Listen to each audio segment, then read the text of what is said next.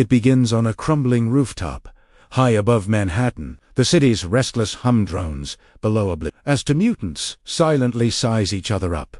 Shadows cast under the broken neon haze. Kurt Wagner, better known as Nightcrawler, flicks his yellow gaze toward the far ledge. He's wrapped in a swirl of blue smoke, three-fingered hands flexing, tail systematically swaying at his side.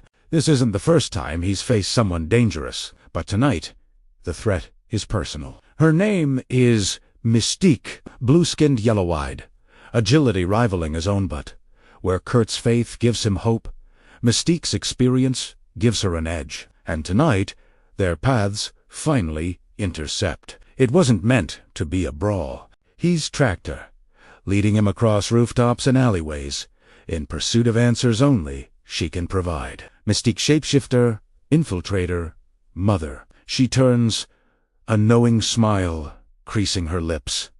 He hesitates. The stories say she's his mother, though the truth is twisted in half. But for Nightcrawler, the question isn't blood. It's morality. Mystique wastes no time.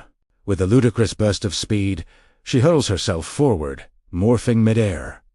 One moment, she's Mystique. The next, she's a copy of Kurt himself. Blue smoke erupts, she's mocking his power. Except she can't teleport. He blinks.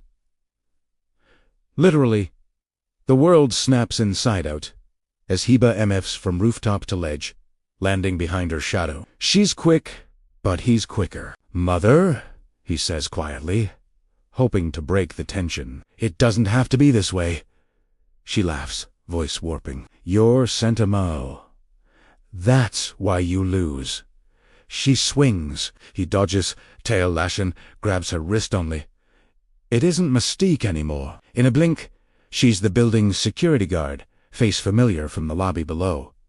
A low blow. Nightcrawler hesitates, instincts colliding with memory. But Mystique exploits hesitation like an artist exploits canvas. She pulls a knife standard issue, serrated, just long enough to threaten. No extraordinary powers here, just cunning. He doesn't want this. But she's not here for closure. She's here under contract, or perhaps out of her own perverse sense of maternal duty. For Nightcrawler, it's a constant question.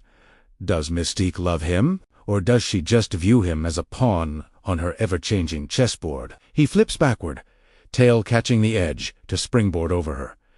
The knife barely nicks his leg, a blue smudge. Pain, but not defeat. Then, bamf, he's behind her. But she's ready. She spins, catches his tail, twists. Pain shoots up his spine. Her grip is merciless. "You're fast," she says, "but you always telegraph." There's almost pride in her tone.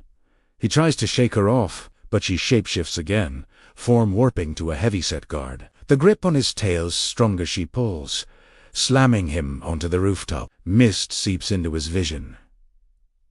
Nightcrawler blinks, fighting for breath. "Why?"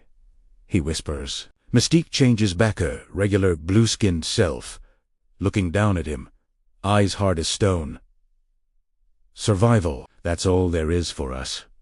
For a moment, the fight stops. It's not just blows traded up here, but ideals. Nightcrawler, believer in hope, in redemption. Mystique, believing only in survival and self. He teleports one last. Bam, sheer desperation, and comes up behind her. Both of them now exhausted. No words.